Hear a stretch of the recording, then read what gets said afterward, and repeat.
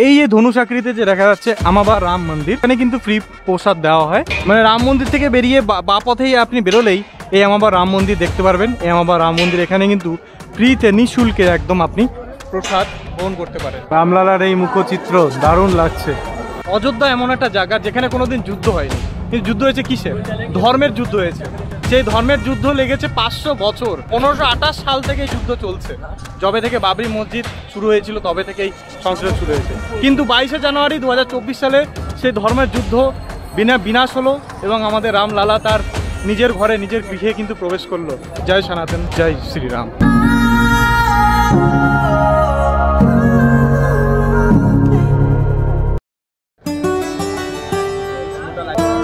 জয় শ্রীরাম। শুরুয়াত সকালবেলায় হলো এখানে অযোধ্যা থেকে। আর অযোধ্যা থেকে এরকম তিলক লাগিয়ে নিলাম, যেহেতু আমরা হনুমানগড়িতে যাচ্ছি এখন হনুমানজির পুজো দিতে, দর্শন করতে, এবং থাকবে রামের দর্শন। জয় শ্রীরাম, জয় শ্রীরাম। কেমন আছো বন্ধুরা? Good morning, welcome back to the channel travel blogger Abhishek. বর্তমানে এখন আমরা আছি অযোধ্যা ধামে, মানে অযোধ্যা ধাম রাম মন্দিরের একবারের সামনে। তো সকালবেলায় এই রামের তিলক লাগিয়ে ভগবানকে নমন এবং এই ভগবানের দরবারে, রামলালার দরবারে যাচ্ছি আমরা এখন। কথায় আছে যেই ভূমিতে কোনোদিন যুদ্ধ হয়নি তার নামই হচ্ছে অযোধ্যা ধাম। আর এই 500 বছরের লড়াই, মানে এই মন্দির তৈরি হতে লেগে গেছে 500 বছর, মানে 1528 থেকে সে যুদ্ধ শুরু হয়েছে। আর আজ 2024 সালে সে যুদ্ধ শেষ হলো। অনেক দিন অনেক সুনামি হয়েছে, অনেক কোর্টে রায় হয়েছে, কিন্তু ফাইনালি আজকে 2024-এ রামলালা তার স্থান খুঁজে পেয়েছে, তার স্থানে আসতে পেরেছে। এটা আর কি দারুণ লাগছে আমাদের। তো সকাল সকাল এখন আমরা চলে যাচ্ছি হনুমানগড়িতে। কথায় আছে যে অযোধ্যা ধাম বা রাম মন্দিরের রামলালা যদি দর্শন করতে হয় তারাই কিন্তু হনুমানজি দর্শন করতে হবে। সেই উদ্দেশ্যে এখন যাচ্ছি হনুমানগড়ি স্টেশন থেকে। এখান থেকে মাত্র 1 কিলোমিটার, মানে 1 কিলোমিটার মধ্যে আপনি হনুমানগড় যেতে পারবেন পায়ে হেঁটেই, কোনো বাস ফাস কিছু নিতে হবে না। এই সোজাই আমরা যে যাচ্ছি, এই স্টেশন থেকে এইখান দিয়ে আসলাম, আর স্টেশনে সোজা হচ্ছে হনুমানগড়ি। প্রত্যেক জায়গায় এরকম হলুদ মানে সবুজ আকারের বোর্ড রাখা আছে। বোর্ড দিয়ে কিন্তু আপনারা চিহ্নিত করে নিতে পারবেন যে কোন দিকে কোন রাস্তা আপনাকে যেতে হবে, ঠিক আছে? এই যে বাদিকে যে ব্যারিকেড করা আছে, এটা হচ্ছে রাম জন্মভূমি যাওয়ার গেট। মানে সব থেকে কলকাতা থেকে যদি আপনি চান জম্মুতাবাই ট্রেনটি সব থেকে বেস্ট, সকাল 7টার সময় এখানে নামিয়ে দেয়। সেই ট্রেনটি করে নেমে কিন্তু আপনারা দিনের দিন ঘুরে আপনার আবার মানে সন্ধ্যাবেলা ব্যাক যেতে পারেন। কিন্তু আপনি যদি 2 দিন সময় নিয়ে আসেন, বেস্ট বলবো, কারণ এখানে দারুণ দারুণ জিনিস আছে। সেটা ওরা ভিডিওটা পুরোটা দেখবেন, একটু আশা রাখছি দারুণ ইনফরমেশন দেবো এবং নতুন নতুন জায়গা আপনাদেরকে ভিজিট করাবো। এখন আমরা চলে এসেছি, এই যে ব্যারিকেডটা দেখতে পাচ্ছ, এই যে এখানে হচ্ছে তোমার এইখান থেকে কিন্তু রাম মন্দির দর্শন করার জন্য লাইন পড়ে। মোটামুটি 7-8টা ব্যারিকেড করা আছে। এত মানুষের ভিড়, বুঝতে পারছো, দারুণ লাগবে। বাট এই যে আমরা এখন দেখা হচ্ছে হনুমানগড়ি। এই দেখো এখানে হনুমানগড়ি পোস্টার দেওয়া আছে। এই যে শ্রী রাম জন্মভূমি এদিকে মন্দিরের ইয়েটা, আর হনুমানগড়ি হচ্ছে তোমার এই সোজা যেতে হবে, সোজা।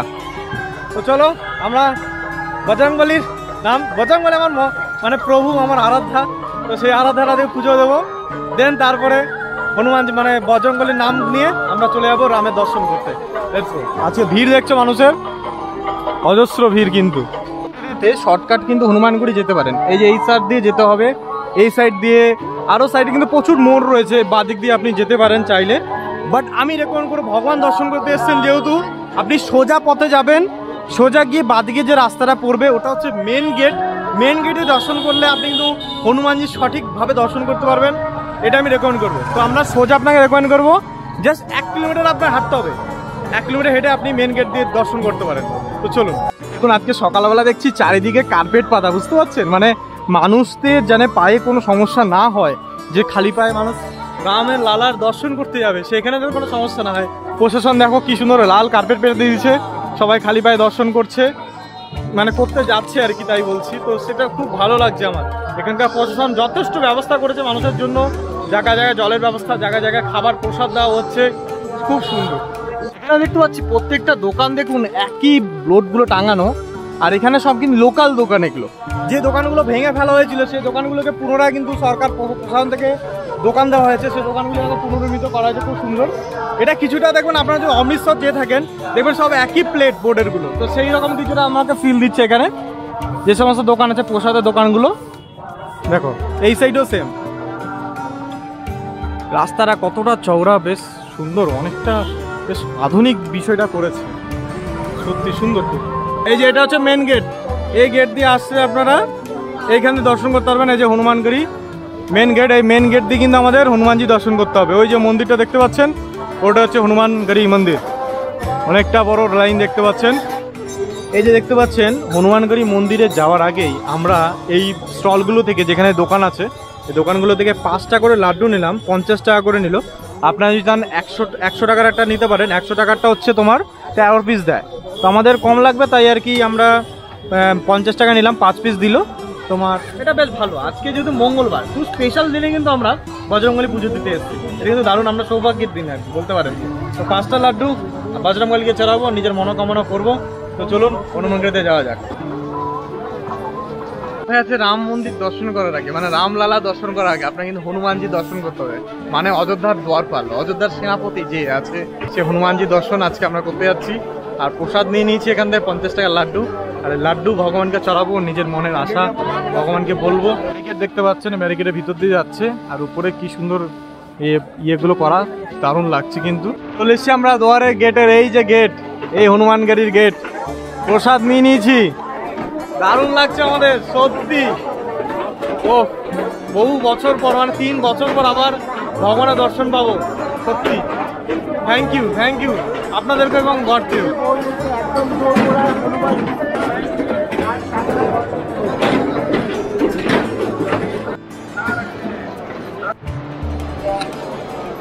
চলে এসছি সিঁড়িতে আমরা। আর বহু বছর পর, মানে 3 বছরের সাধনা বলতে পারেন, 3 বছর পর ভগবানের সঙ্গে দেখা হবে। এটা আমার কাছে মানে বিরাট আনন্দের ব্যাপার। জয় শ্রীরাম, জয় শ্রীরাম, জয় বজরংবলী,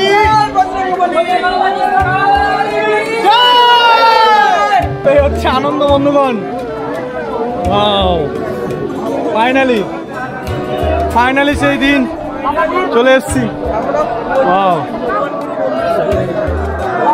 জয় শ্রীরাম।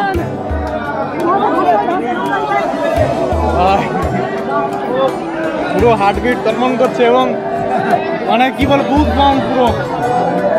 এই যে মন্দিরটি, এই যে বজরংবলী মন্দির। জয় বজরংবলী, জয় বজরংবলী, জয় শ্রীরাম, জয় শ্রীরাম, জয় শ্রীরাম, জয় হনুমান, জয় শ্রীরাম। ভিড় কি মানুষের দেখো।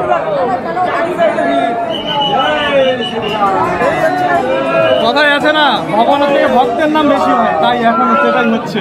জয় বজরংবলী।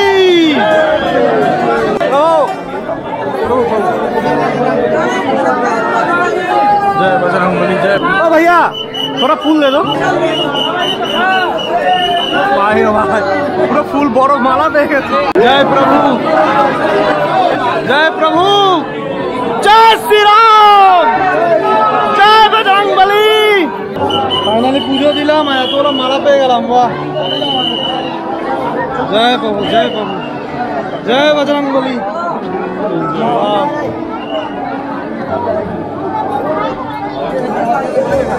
जय श्री राम। माला पे गेছি বহু।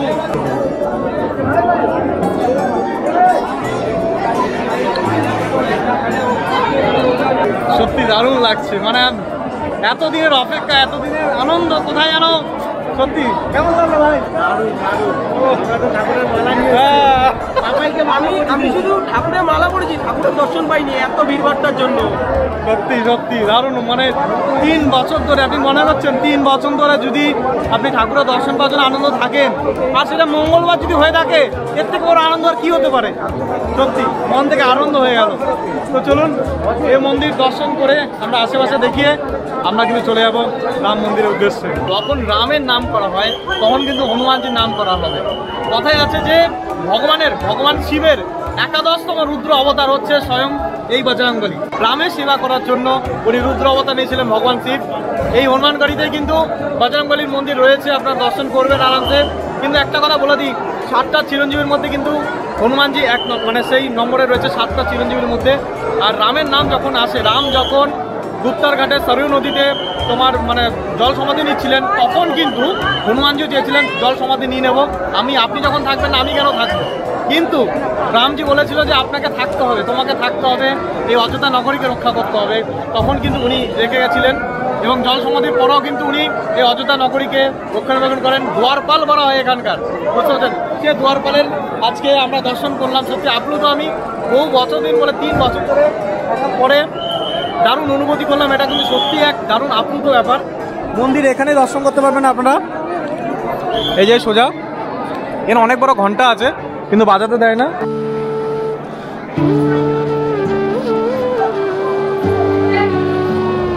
এখানে রাম সীতার মন্দির মূর্তি আছে, দেখো। শ্রী হনুমতেই নমঃ। ওম নমো শ্রী হনুমতেই নমঃ। জয় হনুমান জ্ঞান গুণ সাগর জয় কপিসদলু গুজাগর রামদূত দূত বলধামা अंजनी पुत्र पवन सुनामा महावीर विक्रम बजरंगी कुमति निवार सुमति संगी कांचन वरन विराज सुबेसा कांडन कुंडल कुंचित केसा हाथ वज्र ध्वज विराज कादम मुझ जनव साजे संकट सुमन केसरी नंदन तेज प्रताप मजग बंदन विद्য। পুজো দিয়ে সবাই বেরিয়ে যাচ্ছে, আমিও পুজো দিলাম এবং দেখলেন হনুমানজির হনুমান চালিসা পাঠ করলাম এবং বজরং বাণ পাঠ করলাম। এটা আমি রীতিমতো করে থাকি, আমি বাড়িতে থাকলে মঙ্গলবার শনিবার করে থাকি। আজকে হনুমান গাড়িতে হনুমানজির সামনে এটা হনুমান চালিসা পড়ার আলাদাই আনন্দ, আলাদাই অনুভূতি, যেটা আমাকে কানেক্ট করছে ভগবানের সাথে। খুব সুন্দর। তো পুজো দিয়ে হনুমান গাড়ি থেকে বিদায় জানালাম এবারের মতন। আবার কবে দর্শন পাবো জানি না, বাট দর্শন করে বাড়ি ভালো লাগলো। বুঝতে পারছেন, মঙ্গলবার মানে ভগবানের জন্মদিন আজকে হনুমানজির, আর এই জন্মদিনের দিন আমরা ঘুরতে পেরেছি। আর একদিন বাদে 17 তারিখে হচ্ছে হনুমান, মানে হনুমানের ভগবান, মানে আমাদের সবার ভগবান রামের জন্মদিন, মানে রাম নবমী। এখন আমরা এই সোজা পথে চলে যাবো রাম মন্দির দর্শন করতে। চলুন আমাদের সাথে। লাল কার্পেট পাতার এখন দিন প্রায় 10টা বাজে, আর লাল কার্পেট পাতা চারিদিকে দেখতে পাচ্ছি। কার্পেটে কিন্তু সবাই পায়ে হেঁটে কিন্তু মন্দির দর্শন করতে যাচ্ছে। অজস্র লোক রামলালাকে দেখতে এসছে, আর তার সাথে আমরা। জয় শ্রীরাম। হচ্ছে এই যে রাম জন্মভূমি তীর্থক্ষেত্র, এদিকে আমরা লাইন পার হয়ে এই ব্যারিকেড ঘুরে চলে এসেছি এখন এইখানে। আর এইখান দিয়ে এখন ভিতরে এন্ট্রি করব রাম জন্মভূমিতে।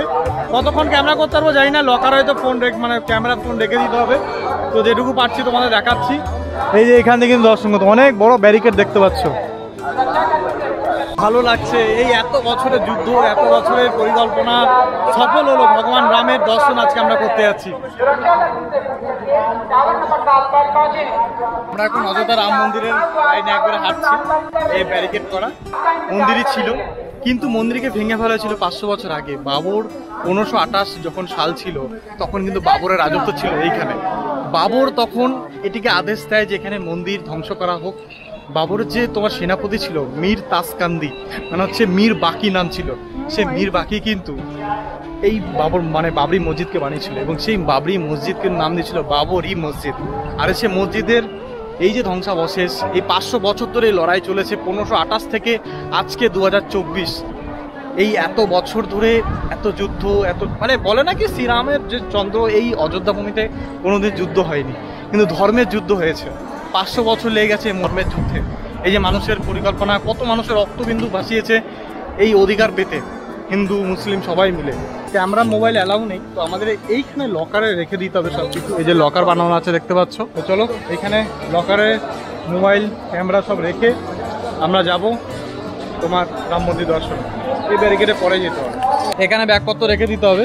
তো এখানে ব্যাগটা যা চেকিং করলো আমাদের, একটা পয়সাও লাগে না, একটা পয়সা লাগে না। রাম জন্মভূমিতে আসার জন্য একটা পয়সা লাগে না। নানান মানুষ আপনাদের বিভ্রান্ত করার জন্য বলবে বাইরে রাখুন, এই করুন, লাখ লাখ টাকা খরচ হয়, হাজার হাজার টাকা খরচ হয়। বিশ্বাস করুন, এখানে যদি আসেন 1 টাকায় খাওয়ার দরকার হবে না, 2 টাকা দিয়েও আপনাকে জুতো পুজো রাখতে হবে না, এবং 5 টাকা দিয়েও থাকতে হবে না। ফ্রিতে ধর্মশালাতেও থাকা যায়, ভান্ডারাতে খেতে পারবেন এবং এখানে ফ্রিতে রাখতেও পারবেন। এবং তার সাথে একটা ফ্রিতে জিনিস হয়ে যাবে, যেটার দাম কিন্তু প্রায় কোটি টাকা, কিন্তু ফ্রিতে হবে। সেটা হলো কি দর্শন। একদম ঠিক বলেছেন, সত্যি মানে এটা কিন্তু দারুণ বলেছে। মেন ব্যাপার, রাম মন্দির আসার জন্য আপনার কোনো পয়সা খরচ করতে না।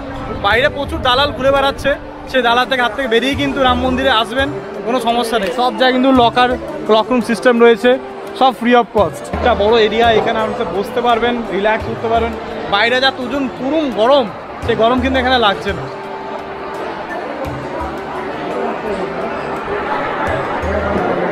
আপাতত জুতো রেখে দিলাম আমরা, টোকেন দিয়ে দিয়েছে। এই যে এখানে জুতো বুতো আমরা রাখলাম এই কাউন্টারগুলিতে, ফ্রি অফ কস্ট, কোনো টাকা লাগবে না। বাইরে রাখলে কিন্তু টাকা লাগছে, আপনার একটু মনে রাখবেন, ভিতরে কোনো টাকা লাগছে না। জুতো রেখে দিয়েছি, জুতোর কাউন্টার আলাদা দেখতে পারলেন ওই পাশে। আর এই পাশে হচ্ছে আপনার ক্যামেরা মোবাইল রাখার জন্য। মানে আমি ভেবেছিলাম আগে যেরকম 2021-এ এসেছিলাম ভেবেছিলাম এক জায়গায় আমরা সব কিছু রেখে দিতে হবে, কিন্তু তা নয়, আমরা কিন্তু বাইরে রেখেছিলাম, যেটা বাইরে প্রাইভেট যেগুলো থাকে ওগুলো পয়সা রেখে হয়। আর এখন যেহেতু প্রশাসন পুরো ফ্রি অফ কস্ট করে দিয়েছে, এইখানে আমরা মোবাইল ক্যামেরা সব রেখে দেবো, তারপর আমরা ভিতরে কিন্তু এন্ট্রি নেবো, কেন ভিতরে কোনো এন্ট্রিতে আপনার মোবাইল ক্যামেরা অ্যালাউ নয়। তো যাই হোক, আমরা এখন ভিতরে ঢুকছি। তো যা জানা গেলো অলমোস্ট ফ্রি, মানে অলমোস্ট ফ্রি মানে কি পুরোই ফ্রি লাগছে। আপনার জুতো রাখবেন, ব্যাগ চেকিং হবে, এগুলো একটা সিকিউরিটি পারপাস, বাস। তারপরে এখানে লকারে রেখে আমরা মন্দিরে এন্টার করবো। চলুন। এই সেকশনটা দেখতে পাচ্ছ, এটা হচ্ছে লকার রুম। এই যে এখানে সবাই কিন্তু ব্যাগের মধ্যে দেখছি তোমার মোবাইল ক্যামেরা সব রেখে এখানে জমা দিতে হবে ফ্রি অফ কস্ট। এখানে দেখতে পাচ্ছ অনেক কটা রুম, লকার রুম লেখা আছে। তো ভিতরে কিন্তু টয়লেটের সুব্যবস্থা আছে, দেখতে পাচ্ছি ড্রিঙ্কিং ওয়াটার, জল খাওয়ার ব্যবস্থা রয়েছে। আর রয়েছে ওয়েটিং হল, কত বড় ওয়েটিং হল দেখো। পুজো দেওয়ার পরে অনেকে মানে দর্শন করার পর অনেকে মনে করে একটু, এটা আমরাও অনেকটা থাকার মেসেজ করছি, মানে খুব দুর্বল মেসেজ করছি। এখানে দর্শন করার পরে এখানে কিছুক্ষণ ওয়েট করতে পারো, বিশ্রাম নিতে পারো, খুব ভালো। কিন্তু আমরা কিছুক্ষণ বিশ্রাম নেব, তারপরে আজকে যাবো সীতা রসই। সীতা রসইতে আমরা খাওয়া দাওয়া করবো আজকে। এই যে এখানে বিশ্রাম করতে পারো, অনেকটা বড় এরিয়া দেখতে পাচ্ছি, এপাট ওপাট কিন্তু মিলে আছে। এই যে প্রভু শ্রী রামের দেখতে পাচ্ছেন, এই রূপ দর্শন করতে পাচ্ছেন আপনারা, অপূর্ব নিদর্শন। রামলালার এই মুখচিত্র দারুণ লাগছে। বেরিয়ে এসছি এখন, এখানে জুতো পুরো নিয়ে নিলাম। আর নেওয়ার পরে দেখো কি পেয়েছি রাম মন্দির থেকে। এই যে শ্রী রাম জন্মভূমি থেকে প্রসাদ দেওয়া হয়েছে, নকুনদানা প্রসাদ আই থিঙ্ক। এই প্রসাদ আমি নিয়ে যাচ্ছি বাড়ির জন্য। আর আপনাদের কোনো মন, আপনারা সময় সুযোগ পেলে চলে আসুন এই রাম মন্দিরে দর্শন করে। সত্যি আপ্লুত আমি এই দর্শন করে, দারুণ লেগেছে। আর এখন যেটা আপনাদের দেখাবো, আমরা যাচ্ছি সীতা কি রসই। মানে বলা হয় অযোধ্যাতে আসলে সীতা কি রসের প্রসাদ না খেয়ে কিন্তু নয়, সীতা কি রসের প্রসাদ খেতেই হবে। তো চলুন, এই সুস্বাদু প্রসাদ কিন্তু আমরা খাবো, আপনাদের দেখানোর চেষ্টা করবো। তো এই সামনেই জাস্ট এই মন্দির থেকে বেরিয়েই ধনুষ আকৃতির একটা বিল্ডিং আছে, সেখানে আপনারা নিয়ে যাচ্ছি, প্রসাদ খেতে হবে সীতা কি রসইতে। সীতা রসই যাওয়ার পথেই দেখতে পারবেন অত অপরূপ সুন্দর সুন্দর মূর্তি নিদর্শন, খুবই সুন্দর লাগছে এগুলো দেখুন। হরে কৃষ্ণ। বাহ, বিষ্ণুর অপূর্ব সুন্দর রূপ, হেভি লাগছে। সুদর্শন চক্র ঘুরছে দেখুন, দারুণ।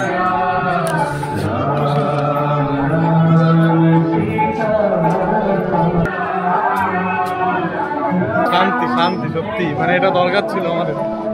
এতক্ষণ ধরে যে গরম, তপ্ত গরমে গরম কোথায় যেন হার মেনে গেছে। এখানে হচ্ছে রাম, সীতা, লক্ষ্মণ, ভরত, শত্রুঘ্ন এবং বজরংবলীর দৃশ্য। বাহ, সুন্দর, খুবই সুন্দর। বাহ, এই যে প্রভু দর্শন নিন বজরংবলীর। শিবের 11তম রুদ্র অবতার স্বয়ং বজরংবলী। সুন্দর সুন্দর बांसुरी আপনারা নিতে পারেন। कितना करके भैया? 30 रुपए, 20 रुपए में মানে 20 টাকা পাওয়া যাচ্ছে। কি সুন্দর দেখুন।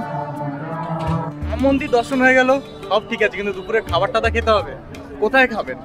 বহু জায়গায় প্রচুর টাকা দাম, 150 টাকা থালি, 120 টাকা থালি, কোনো দরকার নেই।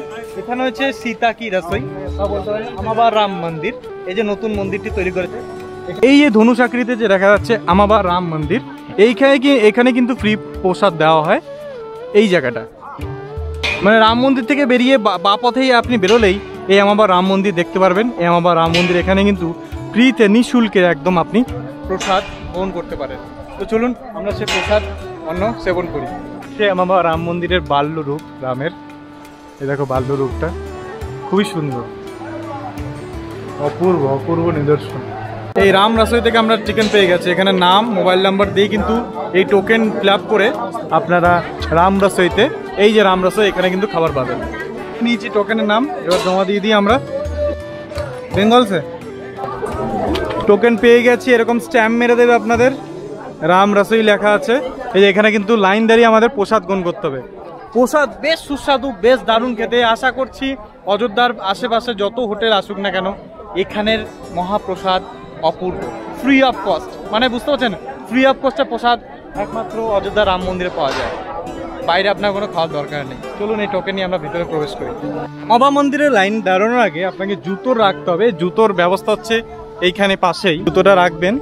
এখানে জুতো রাখার সুব্যবস্থা রয়েছে। দেখুন কি মানুষের ভিড় দেখতে পাচ্ছ, সব রামের ভক্তগণ সবাই কিন্তু এখন প্রসাদ খাওয়ার জন্য উপযুক্ত। দেখুন আমার রাম মন্দিরে জয় শ্রীরাম, জয় শ্রীরাম, জয় শ্রীরাম। দেখো, আর এখানে কিন্তু চারিদিকে খাবার পরিবেশন করানো হচ্ছে, চারিদিকে অনেকটা বড় এরিয়া। বুঝতে পারছো 2021 সালে যখন এসেছিলাম সেম ঠিক এই জায়গাটায় বসে খেয়েছি, আর ঠিক আজকে উল্টো সাইডটা খাওয়াচ্ছে। এখানে দেখুন লেখা আছে নো ক্যাশ, মানে এখানে প্রসাদ খাওয়ার জন্য কোনো পয়সা দিতে হয় না। এই যে ট্রাস্ট রাম রসোইটা তৈরি করেছে মহাবীর, ফেমাস মহাবীর মন্দির পাটনাতে। মানে আপনারা যদি জেনে থাকেন পাটনাতে কিন্তু মহাবীর মানে জৈন ধর্মের 24তম তীর্থঙ্কর মহাবীর কিন্তু এই মন্দির আছে মহাবীর পাটনাতে। তারাই কিন্তু অর্গানাইজেশন মানে প্রোভাইড করছে এই যে আয়োজনটা, এই যে ফ্রি প্রসাদ সেবা। আর রাম রসোইতে কিন্তু এটা কারণ দেখো এই একটা লাইন নয়, এখানে কন্টিনিউ লাইন রয়েছে। এই জায়গায় কিন্তু লাইনে সবাই দেখো রাম রসোইতে ফ্রিতে প্রসাদ অন্ন সেবানো করানো হচ্ছে ভক্তের দরবারে। দেখুন চারিদিকে মানুষ কিন্তু বসে রয়েছে। আমাদের লাইনটাও দেবে এখন, এই যে নেই। জয় শ্রীরাম। চাটনি দিয়ে দাও, চাটনি।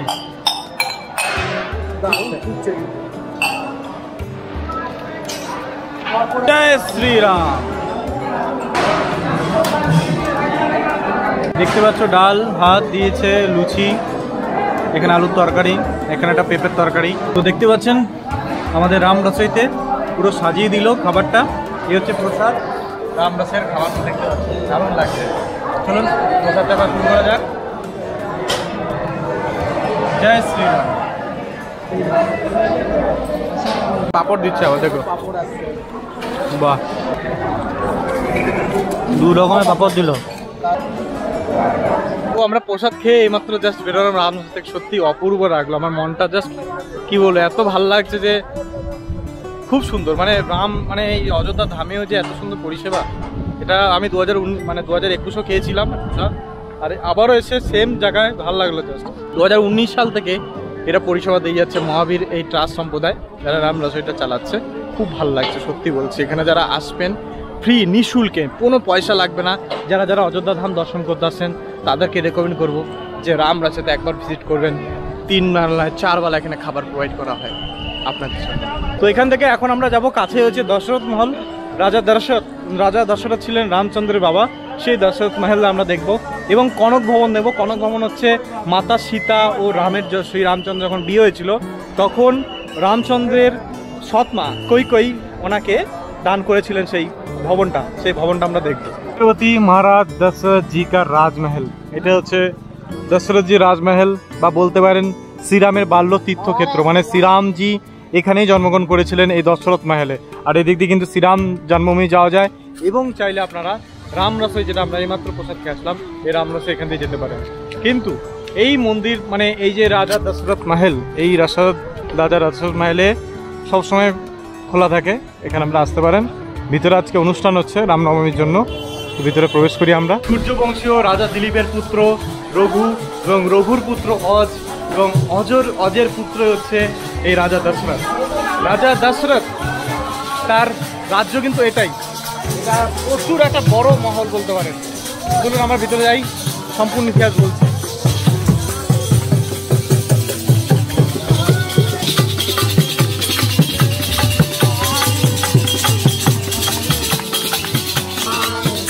বেশ সুন্দর হরিনাম হচ্ছে, দারুণ লাগছে আর কি। তো রাজা দশরথের একটা বিরাট কাহিনী আছে। রাজা দশরথের প্রথম কিন্তু শ্রীরাম কিন্তু জন্মগ্রহণ করেনি। আমি যেটুকু জানি, যেটা আমি পড়েছি, সেটা হচ্ছে রাজা দশরথের প্রথম ছিল কন্যা সন্তান হয়েছিল রামের আগে, তার নাম ছিল শান্তা। শান্তার যে স্বামী দশরথের পুত্রী ছিল শান্তা, সেই শান্তার যে স্বামী শিষ্য সিংহ, সে শিষ্য সিংহ কামেষ্টি যজ্ঞ করে, পুত্র কামেষ্টি যজ্ঞ। সে পুত্র কামেষ্টি যজ্ঞ করার পরেই কিন্তু পুত্রাদি হয়েছিলেন রাজা দশরথ। রাজা দশরথের যে মহিষী ছিল, 3 জন মহিষী, একজন হচ্ছে কৈকেয়ী, সুমিত্রা, কৌশল্যা, এই 3 জন তার পত্নী ছিল। আর 3 জনের পত্নী কিন্তু আলাদা আলাদা, জানেন আর মানে রাম, লক্ষ্মণ, শত্রুঘ্ন এবং ভরত এদের কিন্তু জন্ম এখানে। আর শান্তার কথা কিন্তু অনেকেই জানেন না, কারণ শান্তাই ছিল তার প্রথম কন্যা সন্তান। মহল, এই মহলের ভিতরে আমরা এখন যাই। শীর্ষসিংহ যে পুত্র কামেষ্টি যজ্ঞ করেছিল সেইখান থেকে পায়াসন্ন বেরিয়েছিল। সে পায়াসন্নে কিন্তু 3 জন রানীকে খেতে বলেছিলেন শীর্ষসিংহ। তো সেই মানে পায়েসন্ন খেয়েছিলেন প্রত্যেক রানী, কিন্তু 1 ঢোক মানে 1 ভক্ষণ করে খেয়েছিল। কিন্তু এটা ব্যাপার হচ্ছে 2 ভক্ষণ করে যে রানী খেয়েছিল সুমিত্রা, 2 ভক্ষণে কিন্তু একটা লক্ষণ এবং কিন্তু শত্রুঘ্নও জন্মগ্রহণ করেছিলেন। আর কৌশল্যা 1 ভক্ষণ পায়সন্ন করেছিল, তাই একজন জন্মগ্রহণ করেছিলেন। যেরকম কৌশল্যা হয়েছে রামচন্দ্র, আর তোমার কৈকেয়ীর হয়েছিল ভরত। এটুকু সবাই জানেন, হয়তো জেনে না থাকলে ইতিহাসটা জেনে রাখুন, কারণ ইতিহাস বলতে আর শুনতে আর আপনাদের জানাতে আমার খুবই ভালো লাগে। এই এখন আমরা দশরথ মহলে রয়েছি। আর আপনারা সবাই জানেন রাজা শ্রী রামচন্দ্র কিন্তু বিষ্ণুর 7ম অবতার, ত্রেতা যুগে জন্মগ্রহণ করেছিলেন। এইখানে ওনার বাল্য জীবন কেটেছে শ্রীরামচন্দ্রের।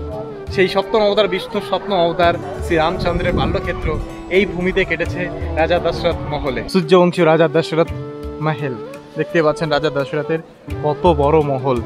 এইখানে শ্রীরামচন্দ্র তার বাল্য জীবন, তার বাল্যক্ষেত্র কাটিয়েছিলেন।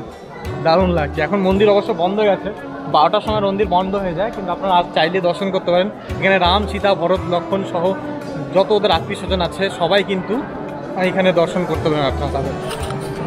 এই যে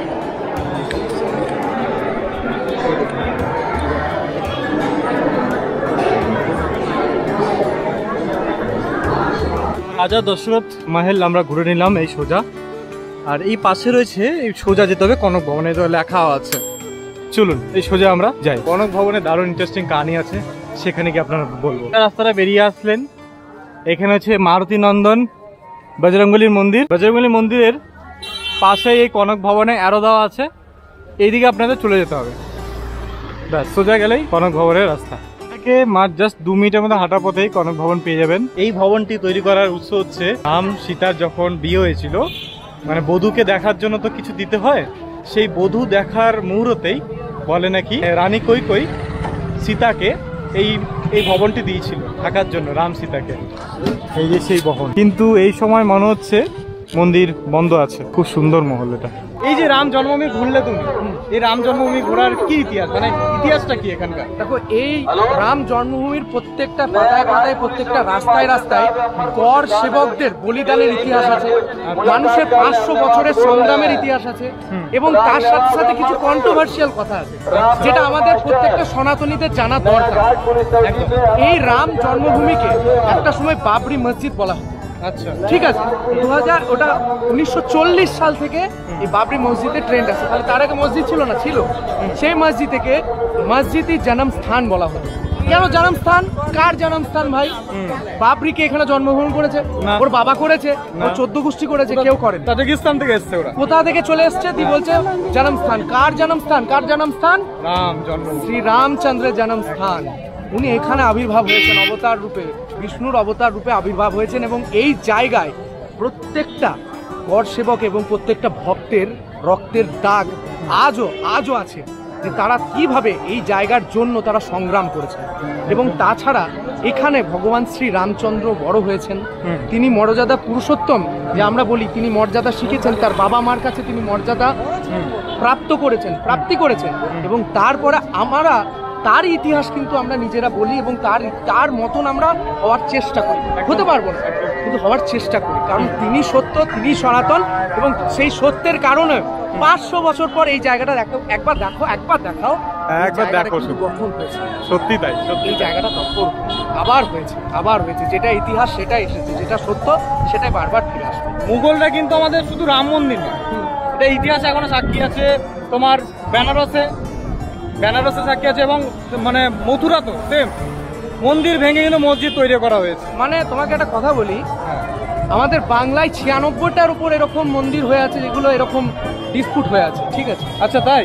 96টা। যেমন আমি এখন গোটা নাম করছি না। আচ্ছা, হ্যাঁ, কারণ বাংলায় তো কন্ট্রোভার্সি হলেই তো এখন থানা পুলিশের ব্যাপার হয়ে যাবে। ওটাই হচ্ছে। যাই হোক, কথা বলা বারণ আমাদের। দেখো, স্বাধীনতা তাকেই বলে যদি তুমি স্বাধীনভাবে সেখানে কথা বলতে পারো। একদম, সেটা স্বাধীনতা নয় যেখানে তুমি স্বাধীনভাবে কথা বলতে পারো না। তো আমি এইটুকুই বলতে চাই যে রাম জন্মভূমি যেমন আমাদের সনাতনীর একটা আদর্শ এবং সত্য, তেমন প্রত্যেকটা জায়গায় এইভাবেই গড়ে উঠবে এবং মানুষজন তারা সত্যটা জানতে পারবে। একদম তাই। প্রত্যেক মানুষ ভালো, আমি কোনো ধর্ম সম্প্রদায়কে খারাপ বলবো না, কিন্তু না, সবার জায়গায় সবাই ঠিক। সবার জায়গায় সবাই ঠিক, কিন্তু যেটা আসল সেটাই হবে, কিছু করার নেই। না, মোগলদের সঙ্গে আমাদের কোনো সম্পর্কই তো নেই। এটাই তো আসল। মোগলরা তো ভারতীয় নয়। ভারতীয়দের এটা বুঝতে হবে, হ্যাঁ, যে কারা ভারতীয়। আবার দেখুন এই সময় আবার অনেকে আপনাদেরকে বলতেই পারে যে আর্যরাও বাইরে থেকে এসেছে। হ্যাঁ, ফালতু ইতিহাস। দেখুন কার্বন ডেটিং করা হয়েছে এবং বাকি সমস্ত কিছু যেগুলো সায়েন্টিফিক সেগুলো করা হয়েছে, এবং এখানেই পাওয়া গেছে যে তারা এখানকারই, মাইগ্রেট করে আসার নয়। তার জন্য এইসব ভাওতা যারা দিচ্ছে তারা দেবে, তাদের কাজই এটাই যে সনাতনকে আলাদা করে, কিন্তু করতে পারবে না। ভারতবাসীদেরকে আলাদা করা কিন্তু তারা করতে পারবে না, কারণ ভারতবাসীর একত্রিত, ভারতবাসীর একসাথে বাস করে। ভারতবাসী যেটা মনে করে যে প্রত্যেকে আমরা ভাই বন্ধু। হ্যাঁ, আমরা প্রত্যেক ধর্মের মানুষ একসাথে বাস করি, কারণ আমরা একত্রিতভাবে ভারতীয়। এখানে নট অনলি হিন্দু মুসলিম, একদম শিখ ইসাই সবাই একসঙ্গে বাস করি, একসাথে সবাই। যেটা বাংলা হোক কিংবা বাইরের রাজ্যে, সব জায়গায় সবাই। আমরা তো এটাই চাইবো যে প্রত্যেকটা আমাদের ভারতীয় যে সিকিউলারিজমটাকে ভালো করে মেনটেন করে। একদম। কিভাবে মেনটেন করবে? যে হিন্দু সে হিন্দু হবে, যে খ্রিস্টান সে খ্রিস্টান হবে, যে মুসলিম সে মুসলিম হবে, যে ঈসাই সে ঈসাই হবে, যে বৌদ্ধ সে বৌদ্ধ হবে। একে অপরের ধর্মের দিকে তারা না টাঙ্কিচাই করবে, না তাদের ওপর তারা আক্রমণ করবে, তাহলে থাকুন না, সবাই ভালোবেসে থাকবে। এটাই চাই, এটাই তো ভালোবাসা। এটা রাম মন্দিরে আমরা দেখলাম নট অনলি হিন্দু, মুসলিম ভাইরাও কিন্তু এসছে, হ্যাঁ আসবে, শিখরাও এসছে, সব ধরনের মানুষরা কিন্তু এসছে, সবাই একসঙ্গে রাম জন্মভূমিকে দর্শন করেছে, রামলালার নাম করছে সবাই। তাহলে কেন কেন এই এত চর্চায় বিতর্কিত? 500 বছর লেগে গেল এই ব্যাপারটাকে। দেখুন, মানুষ সত্য যে বড় কঠিন, এই কথাটা অনেক কবিরাও বলেছে, অনেক সাহিত্যিকরাও বলেছে। সত্যকে মানে যাচাই করতে গেলে আমাদের অনেক কষ্ট হয়, বিশ্বাস সত্যকে হাতের কাছে নিতে গেলে অনেকের কষ্ট হয়। সেই কষ্টের কারণে এতদিন সত্যটাকে চাপা দেওয়া ছিল, কিন্তু আজকে মানুষ বুঝেছে যে আসল সত্য হচ্ছে কি সনাতন। তার জন্য সনাতনের কাছেই আবার মানুষ আসছে, যেটাকে বলে ঘাড় বাপসি। একদম। হ্যাঁ, তো আবার একটি কথা বলে দিই, ঘাড় বাপসি করেছিলেন আমাদের আর্য সমাজের একজন মহান মহারাজ, যাই হোক একজন সাধু। তো সেই সময় স্বয়ং গান্ধীজিও ওনার প্রতিবাদ করেছিলেন, কিন্তু এটাই আসল সত্য যে আবারও ঘাড় বাপসি চলছে। এখনো শুধু আর্য সমাজকে এগিয়ে আসতে হচ্ছে না, গোটা সনাতন সমাজ এগিয়ে আসছে। এটাই ভালো ব্যাপার। এটাই হচ্ছে বিষয়। মানে যেখানে মনে হয় যে আমি যেটুকু জানি যে অযোধ্যা এমন একটা জায়গা যেখানে কোনোদিন যুদ্ধ হয়নি, কিন্তু যুদ্ধ হয়েছে কিসের? ধর্মের যুদ্ধ হয়েছে। সেই ধর্মের যুদ্ধ লেগেছে 500 বছর। মানে বুঝতে পারছেন, সেই 1528 সাল থেকে যুদ্ধ চলছে। যবে থেকে বাবরি মসজিদ শুরু হয়েছিল তবে থেকেই সংযোগ শুরু হয়েছে, কিন্তু 22শে জানুয়ারি 2024 সালে সেই ধর্মের যুদ্ধ বিনাশ হলো এবং আমাদের রামলালা তার নিজের ঘরে নিজের গৃহে কিন্তু প্রবেশ করলো। প্রত্যেকটা সনাতনীর কাছে জানাবেন এই বিষয়টা নিয়ে। জয় সনাতন, হরে কৃষ্ণা, জয় শ্রীরাম। মানে রাম জন্মভূমি থেকে সোজা যাচ্ছি নয়াঘাট, মানে লতা মঙ্গেশকর চকের দিকে যাচ্ছি, আর যাওয়ার পথে এত মানুষের ভিড়, ভাই কি বলবো, জাস্ট দেখো তোমরা, তাহলে বুঝতে পারবে রামনবমীতে কিরকম ভিড় হতে চলেছে। শয়ে শয়ে নয়, হাজার হাজার মানুষ কিন্তু আগত এই রামনবমীতে। দেখতে পাচ্ছ মানুষ, দেখো শুধু।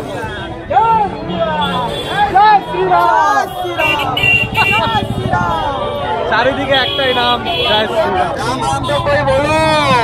রামলালার জন্মভূমিতে রামলালার জন্মদিন পালন হচ্ছে, এটা বেশ দারুণ লাগছে, সত্যি বলছি।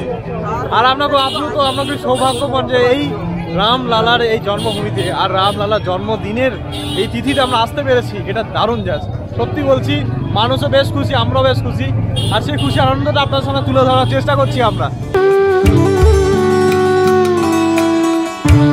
রামনবমী সেজে উঠেছে অযোধ্যায়, আর দেখুন চারিদিকে কিন্তু হনুমান রামায়ণ চলছে, দেখতে পাচ্ছেন। এই দেখুন বোটিং এ রামায়ণ চলছে এরকম।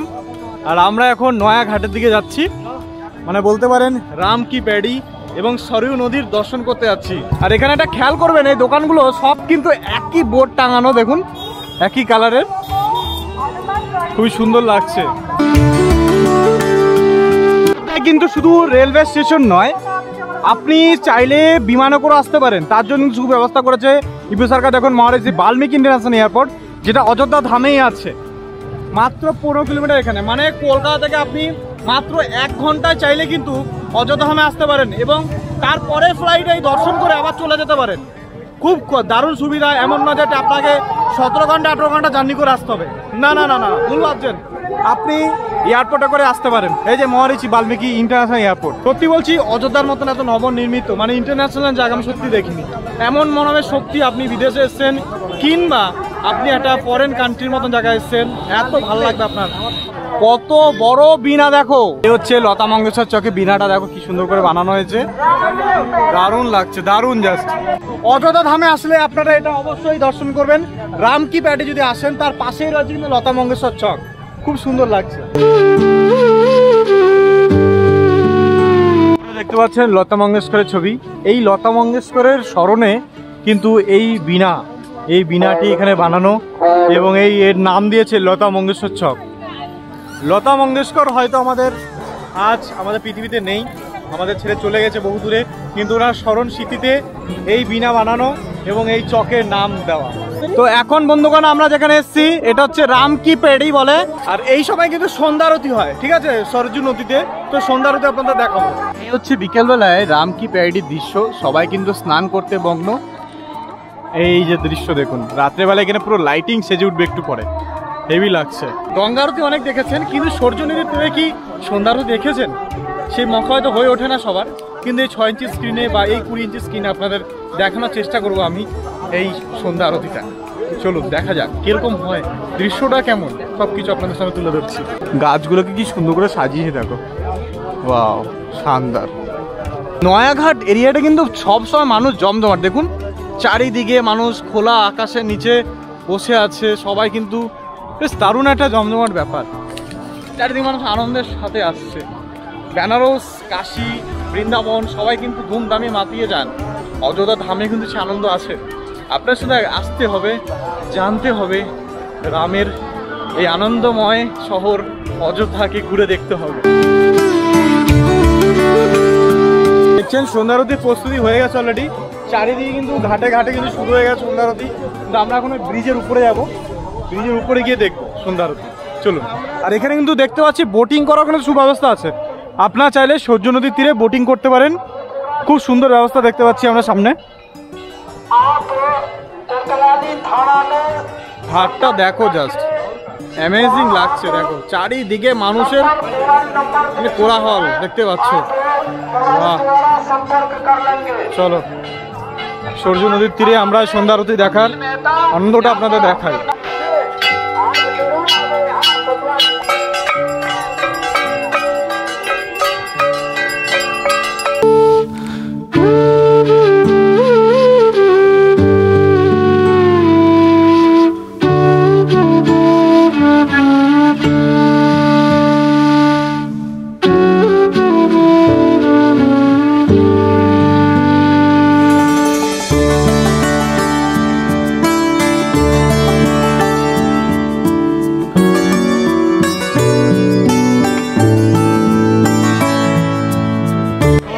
মাতাকে যদি আপনারা এই ফুল দিতে চান তাহলে এখান থেকে দিতে পারেন। कितना करके भैया?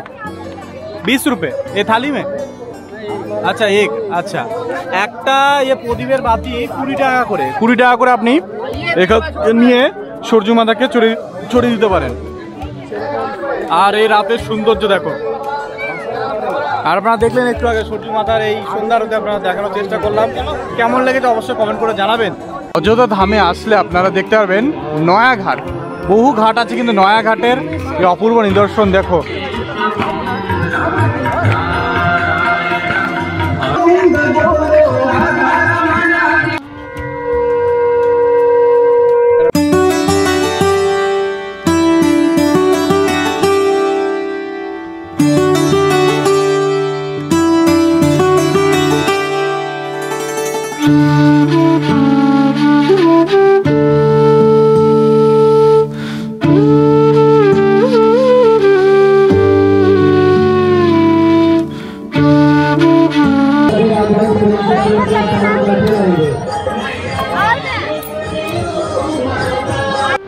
আরতি শুধু দেখলাম না, আরতির সাথে সাথে আরতির যে প্রদীপের ধোঁয়াও কিন্তু নিলাম, খুব ভালো লাগলো। সত্যি বেনারসের মতন ফিল দিল, অযোধ্যা ধামেও কিন্তু সেম লাগলো। এই যে সন্ধ্যা আরতি নয়াঘাট নয়, সব ঘাটে কিন্তু দেওয়া হচ্ছে। আপনার প্রত্যেকটা ঘাটে মজা নিতে পারবেন, প্রত্যেকটা ঘাটে আপনার আনন্দময় লাগবে, এটুকু বলতে পারি। শ্রীরাম সন্ধ্যাবেলায় অযোধ্যার নয়া ঘাটে আমরা চা খাচ্ছি এখন এখানে। ঠিক আমরা দাঁড়িয়ে আছি এখন হেলিপ্যাডের সামনে। এই যে ব্যারিকেড দেখতে পাচ্ছেন, এটা হচ্ছে হেলিপ্যাড। দারুণ লাগছে সত্যি, মানে বেনারসে যেরকম আমরা ফিল পাবেন ততটাই ফিল পাবেন অযোধ্যা ধামে আসলে। মনে হবে না যে কাশী বিশ্বনাথ ধামে গেলে যে ফিলটা আপনি পান অযোধ্যা রাম ভূমিতে আসলেও সেরকমই ফিলটা পাবেন।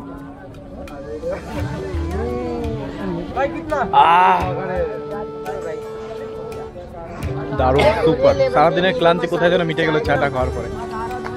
ঘাটের সামনে আসলে কিন্তু একটা আকর্ষণীয় জিনিস দেখতে পারবে। এখানে হচ্ছে অযোধ্যা ক্রুজ লেন জেটি। এখানে জেটি তৈরি হচ্ছে। যে সরজু নদী দেখতে পাচ্ছ, সরজু নদীতে তোমরা এই পার থেকে ওপারে যেতে পারবে। তো এখানে দারুণ জাস্ট জেটি তৈরি হচ্ছে, এখন কিন্তু রেডি হয়নি।